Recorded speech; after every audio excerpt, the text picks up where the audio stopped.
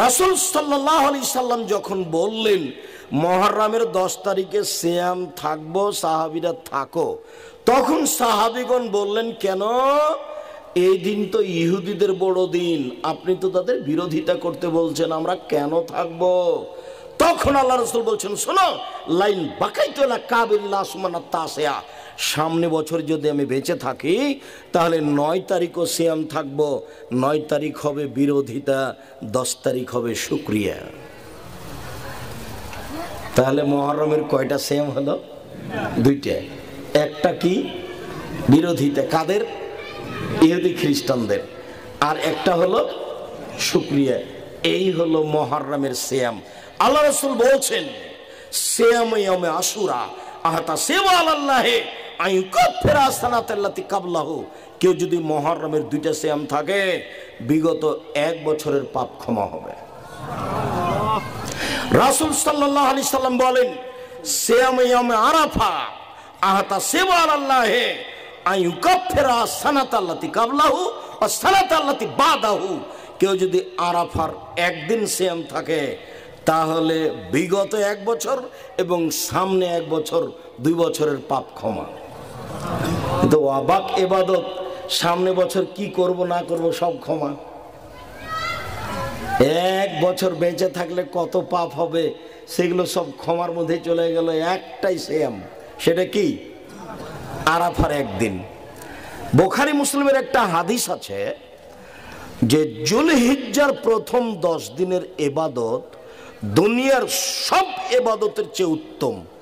তখন বিদ্বানগণ বলতে গেছেন যে তাহলে যুলহিজ্জার প্রথম 10 দিন কি রমজানের শেষের 10 দিনের চেয়ে দামি?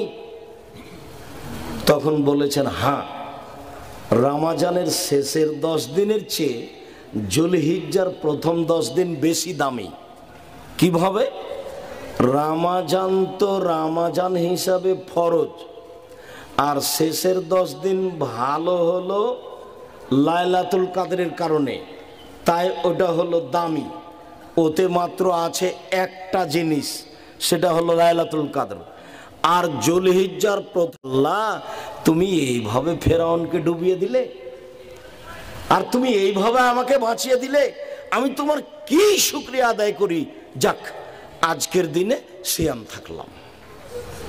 তখন আমাদের নবী বলছেন, নাহানু আহাক্কু আওলা বিমূসা মিনকুম, এই সুন্নাত পালন করাতে তোমাদের চেয়ে আমরা বেশি হক রাখি।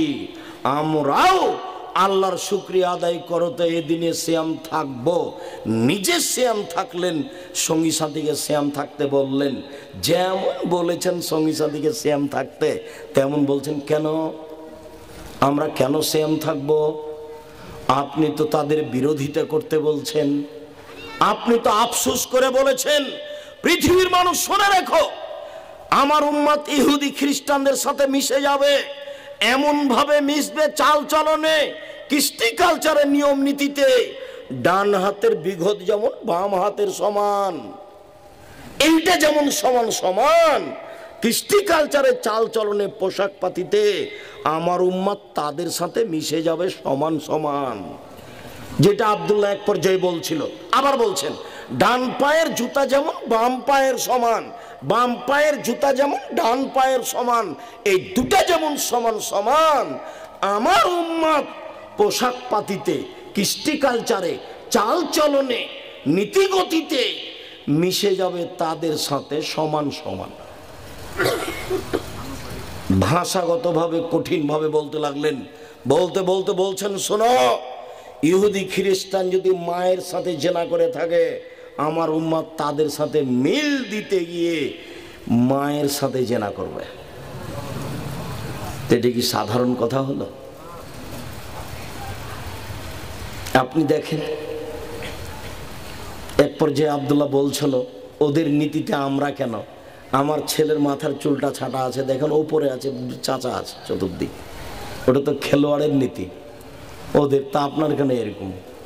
তাহলে আমার ছেলে মেয়ে তাদের সাথে মিশে যাচ্ছে।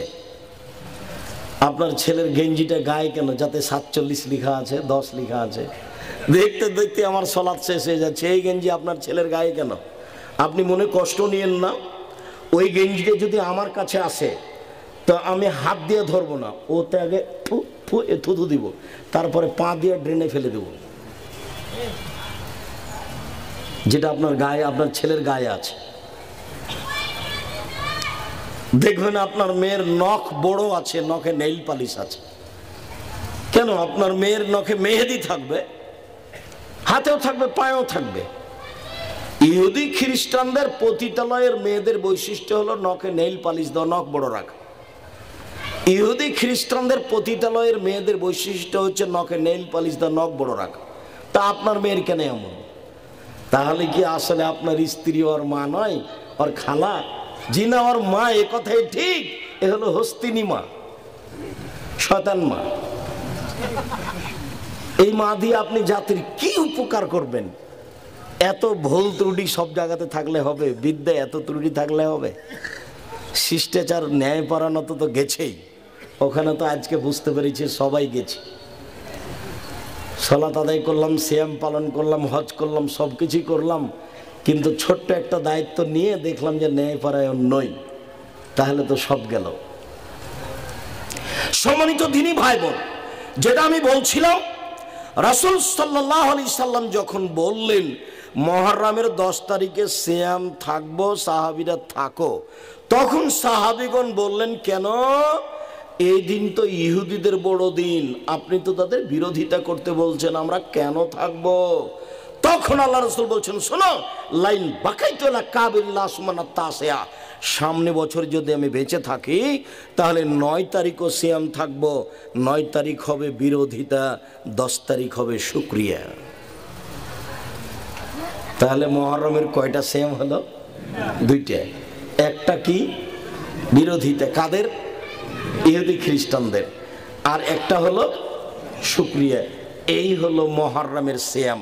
আল্লাহ রাসূল বলছেন, সিয়াম ইয়ামে আশুরা আহাতা সিওয়া আলাল্লাহি আইয়ুকাফিরা সানাতাল্লাতি কাবলাহু। কেউ যদি মুহররমের 2টা সিয়াম থাকে, বিগত 1 বছরের পাপ ক্ষমা হবে।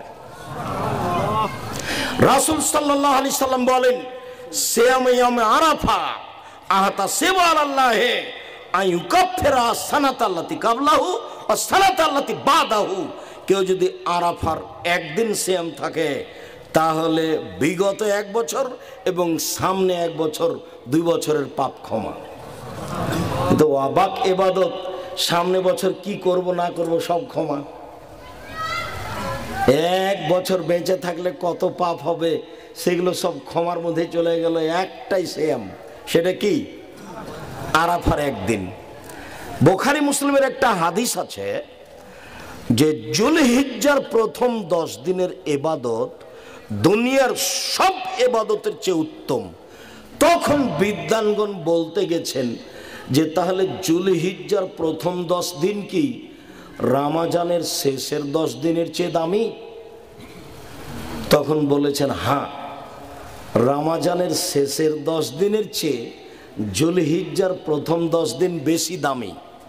কিভাবে? রমজান তো রমজান হিসাবে ফরজ, আর শেষের 10 দিন ভালো হলো লাইলাতুল কাদরের কারণে, তাই ওটা হলো দামি। ওতে মাত্র আছে একটা জিনিস, সেটা হলো লাইলাতুল কাদর। আর যুলহিজ্জার